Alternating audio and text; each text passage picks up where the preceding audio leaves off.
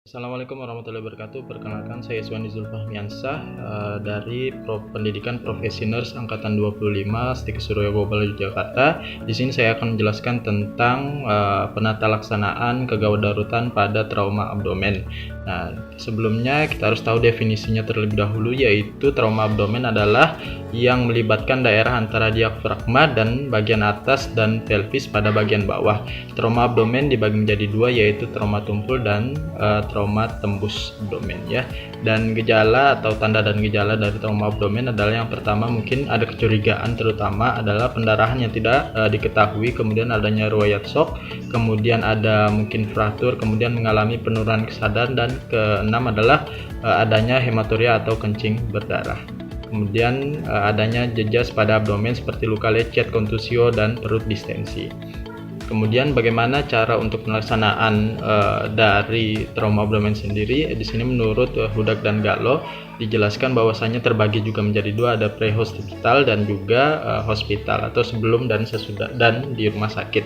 Ya, untuk yang pertama pre-hospital adalah dengan pengkajian yang menentukan masalah yang mengancam nyawa dengan cepat dan yang terjadi di lokasi kejadian. Mungkin yang paling biasa kita tentukan adalah penilaian awal yang dilakukan dengan prosedur ABC jika ada indikasi, dan tambahan juga D dan E kalau ada gitu ya.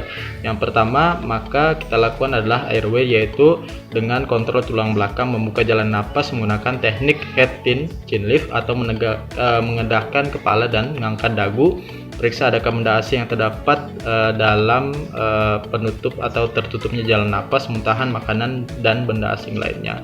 Kemudian yang kedua adalah breathing, yaitu dengan cara ventilasi yang adekuat, memeriksa pernapasan dengan cara menggunakan look, listen, and feel atau lihat, dengar, dan rasakan tidak lebih dari 10 detik ya. Ini untuk apakah ada untuk memastikan apakah ada napas atau tidak. Selanjutnya lakukan pemeriksaan status respirasi korban, kecepatan ritme, dan adekuat tidaknya pernapasan. Kemudian ada yang C, yaitu dengan kontrol pendarahan hebat jika ada pendarahan gitu ya. Jika pernapasan tersengal-sengal dan tidak adekuat, maka bantuan napas dapat dilakukan. Jika tidak ada tanda-tanda sirkulasi, lakukan resusitasi jantung paru segera dan ambil napas dalam dan mulai RGP dengan 2 kali siksulus.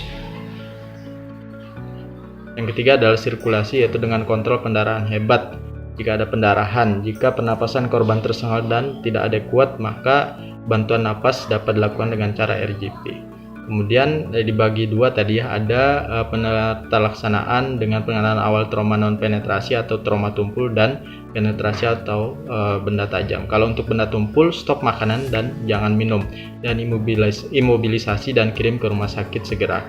Kemudian untuk penetrasi atau benda tajam, yang pertama adalah bila terjadi luka tusuk, maka tusukan, pisau, atau benda tajam lainnya tidak boleh dicabut kecuali dengan adanya tim medis. Kemudian yang kedua, penanganannya bila terjadi luka tusuk cukup dengan melilitkan dengan kain kasa pada daerah atau pisau untuk memfiksasi pisau sehingga tidak memperparah luka atau supaya tidak bergoyang-goyang gitu ya. Kemudian yang ketiga, bila ada usus atau organ yang keluar, maka cukup dibalut kain bersih yang lembab dan bila ada dengan perban steril. Kemudian imobilisasi pasien dan tidak menganjurkan makan dan minum, dan langsung kirim ke rumah sakit segera.